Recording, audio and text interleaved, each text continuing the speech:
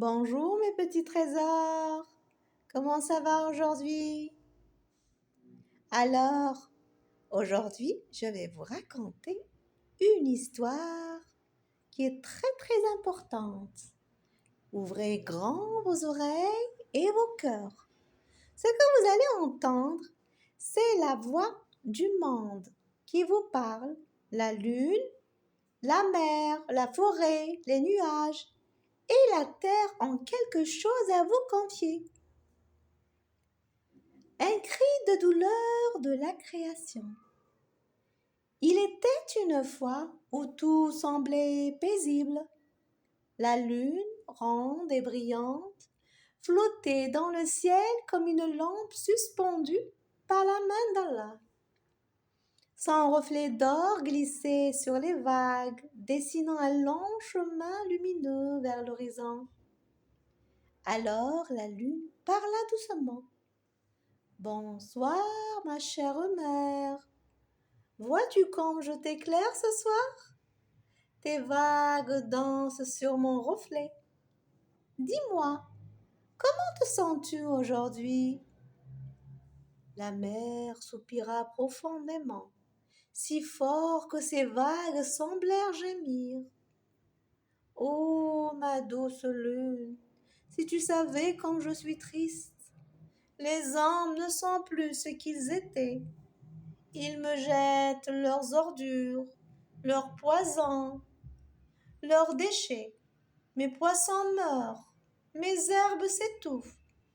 Ma peau salée n'est plus comme avant. Je suis malade, lune.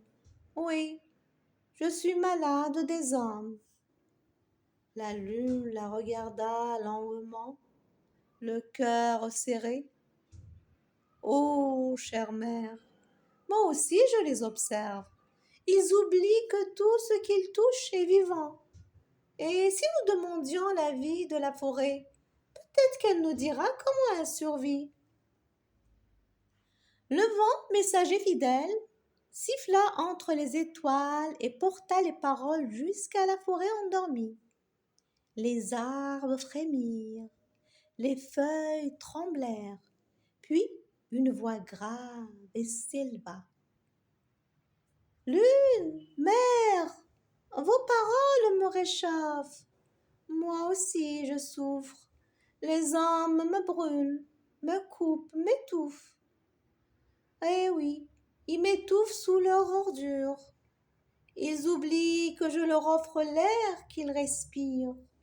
Et pourtant, malgré tout, je continue à prier le Créateur pour eux, espérant qu'ils se réveilleront avant qu'il ne soit trop tard. » Un bruissement léger parcourut le ciel.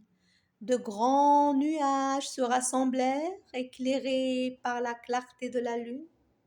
Alors, une voix douce, comme un tonnerre lointain, résonna. « Mes sœurs, la lune, la mer et la forêt, moi aussi je suis là. Jadis, je voyageais au gré des vents qu'Allah m'envoyait. Je donnais la pluie là où il le voulait. J'arrosais les champs, je faisais revivre les cœurs desséchés. Mais aujourd'hui, les hommes ont voulu me commander. Ils ont inventé des machines pour me forcer à pleuvoir. Ils m'injectent des produits pour me faire pleurer, là où ils le décident, comme s'ils détenaient le secret de la pluie. Ils ont oublié que c'est Allah seul qui fait tomber les gouttes du ciel. » Un silence tomba, profond, comme la nuit, et du fond du monde une autre voix s'éleva, grave et vibrante, celle de la terre. « Moi, la terre, j'ai tout donné. J'ai nourri les hommes, les bêtes et les plantes. J'ai porté leurs pas, leurs maisons, leurs rêves. Mais aujourd'hui, je suis épuisée. Ils m'ont blessée avec leur poison, leur guerre. Et bien sûr, je n'oublie pas leurs machines. Mes rivières s'assèchent, Mes graines s'étouffent, mes fruits perdent leur goût. Ils m'écrasent sous leur construction. Je leur offre la fertilité, mais ils préfèrent le ciment. Je tremble parfois. Oui, je tremble. Pas pour les effrayer, mais pour les réveiller. Mais ils ne comprennent pas. Ils continuent à bâtir au lieu de cultiver, à consommer au lieu de remercier. Ils ne voient pas mes larmes quand je me fissure, ni mes appels quand je gronde.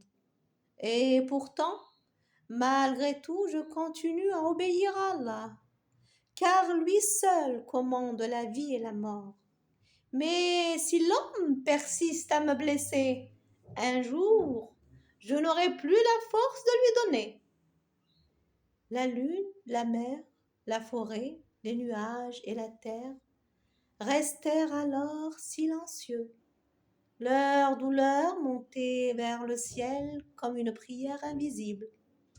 Puis, d'une seule voix, elles murmurèrent: Ô Allah, toi qui nous as créés, toi qui nous fais vivre et exister, guide les uns vers la sagesse avant qu'il ne soit trop tard. Sous la lumière d'Allah, la lune, la mer, la forêt, les nuages et la terre se turent, mais leur cœur, eux, continuaient à prier. Moralité de l'histoire. Chaque création d'Allah possède une âme, les enfants, et une voix. La lune veille, la mer pleure, la forêt soupire, les nuages obéissent et la terre endure. Toutes nous rappellent que le monde ne nous appartient pas. Il nous a été confié. Quand la mer se salit, c'est notre cœur qui se trouble. Quand la terre se fissure, c'est notre foi qui s'affaiblit. Quand les forêts brûlent, c'est notre miséricorde qui disparaît. Et quand les nuages sont forcés à pleurer, c'est que l'homme a oublié celui qui commande la pluie. Respectons la création d'Allah, les enfants. Protégeons-la, protégeons la nature, remercions-la et prenons soin d'elle, car celui qui aime la terre, la mer, le ciel et tout ce qu'Allah a fait, c'est celui qui en vérité aime et honore son Créateur. J'espère que ça vous a plu. Alors à très bientôt les enfants. N'oubliez pas de liker.